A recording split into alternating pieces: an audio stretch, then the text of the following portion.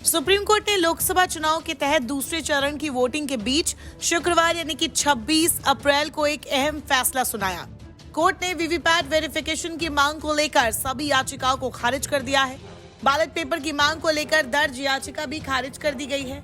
इस फैसले के बाद चुनाव आयोग ने प्रतिक्रिया भी दी है। चुनाव आयोग से जुड़े सूत्रों ने बताया कि हम सुप्रीम कोर्ट के फैसले का सम्मान करते हैं।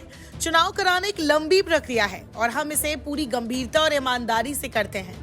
हमें उम्मीद है कि इस फैसले के बाद देश में किसी को भी अब ईवीएम को लेकर संदेह नहीं रहेगा और इस तरह के पुराने सवाल अब और नहीं पूछे जाएंगे। अब समय आ गया है कि अविश्वास के इस पुराने अध्याय को खत्म किया जाए। हम सब मिलकर भविष्य में अधिक से अधिक सुधारवादी कदमों की उम्मीद कर सकते हैं। चुनाव आयोग ने साफ कहा कि कोर्ट के इस फैसले के बाद अब किसी को शक नहीं करना चाहिए। अब पुराने सवाल खत्म हो जाने चाहिए। सवालों से वोटर के मन में शक होता है। चुनाव सुधार भविष्य में भी जारी रहेगा।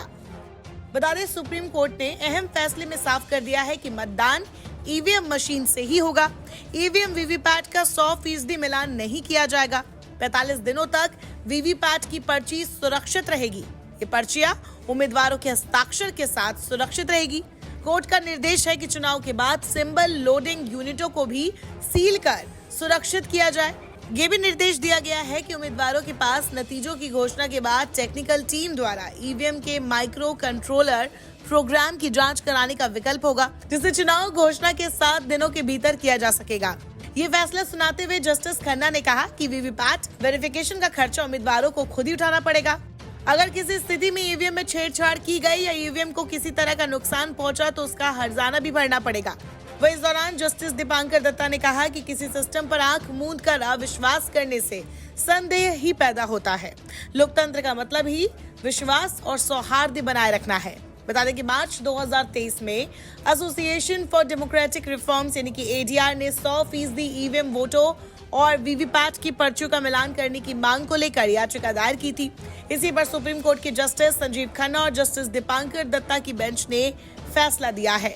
मौजूदा समय में वीवीपैट वेरिफिकेशन के तहत लोकसभा क्षेत्र की प्रत्येक विधानसभा क्षेत्र के सिर्फ 5 मतदान केंद्रों के ईवीएम वोटों और वीवीपैट पर्ची का मिलान किया जाता है।